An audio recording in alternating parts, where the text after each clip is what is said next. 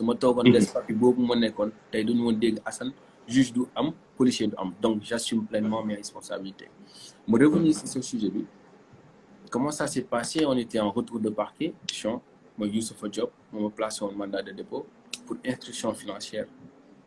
Donc c'était très rapide, j'ai vraiment pas vu le coup venir. C'était très rapide. Et pour vous dire aussi aux gens que parfois l'échec peut être très fatal. Parfois on le voit vraiment pas venir. Maanaam fu muy ñëwee sax ak fu ñu koy xaaree da doon benn parce que instant yi noonu ku ma ne woon que man Assane dinaa échoué du ma ko gëm dëgg neex yàlla j'étais très jeune ku nekkee xale nga am fu am énergie bi donc tu t'attends pas à tout ça parce que lépp si ay petits rêves la woon genre rêve de petit garçon genre def le fun ak gars yi mais je pensais pas que dina atteindre niveau boobu donc plus en fait genre lu folie me rendre aveugle plus ma dem percer à l'intérieur si échec et bu may rendre compte que j'ai vraiment échoué donc c'était vraiment très profond et donc c'était très fatal retour de parquet la woon ñu def ay retour de parquet ba si dernier jour bi ñu placé mon mandat de dépôt ñu yóbbu ma formé donc guddi boobu duma ko fàtte mukk mun naa ne ni que c'était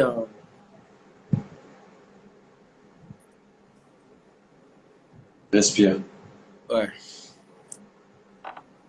Bon nekkoon lu yomb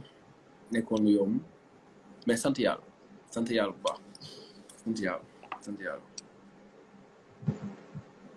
guddi boobu Regarde-moi. maa ngi fàttaliku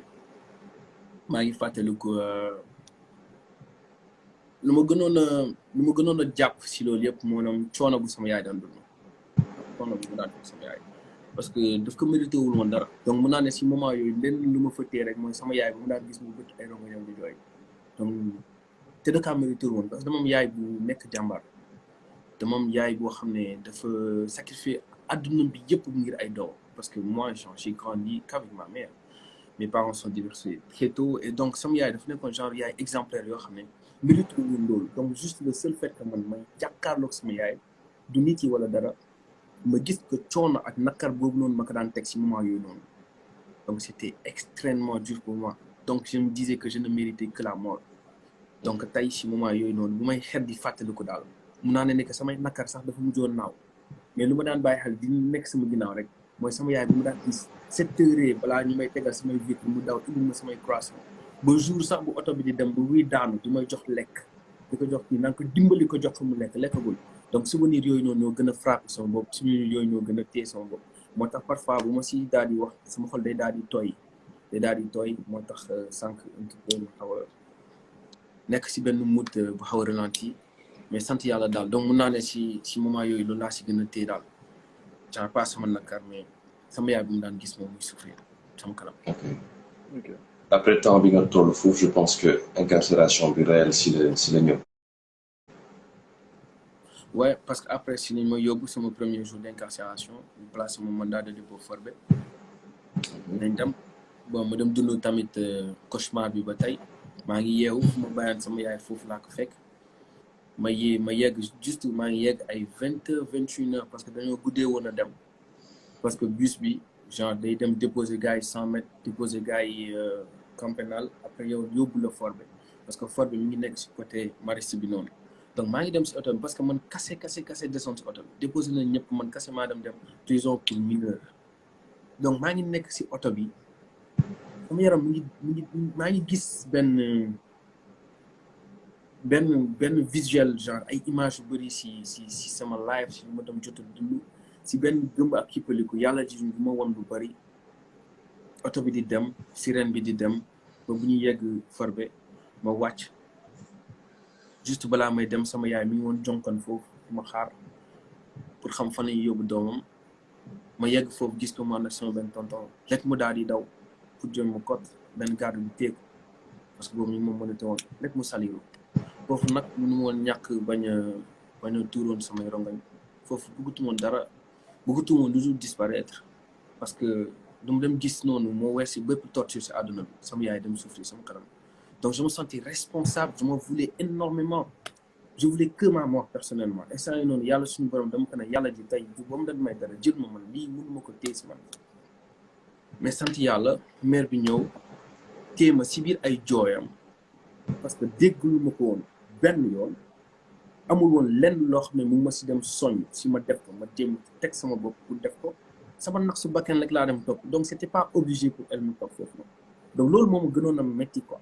moom mii daan ma wax papi adduna bi bu la ibbilee ay loxoom nga daw fekk ko bu la bu ma xee boo daanoo mun nga bañ a jóg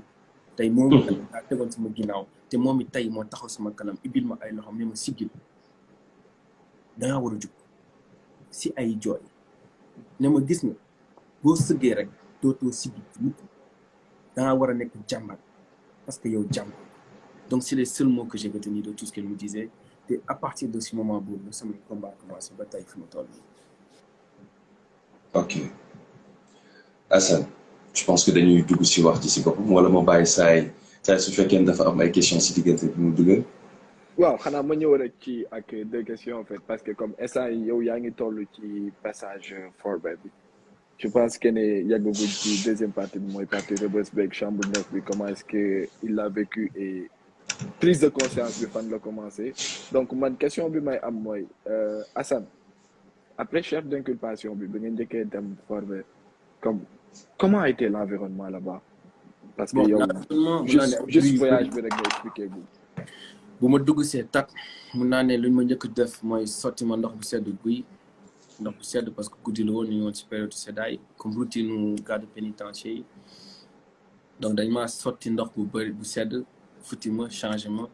parce que gars yi si seen ay habitude la ñu jéem la wan ni que en fait fii genre du fu nga. tu n'es pas le boss. tu n'es pas le boss te loolu moo doon wax ci sax fii kañ nga fi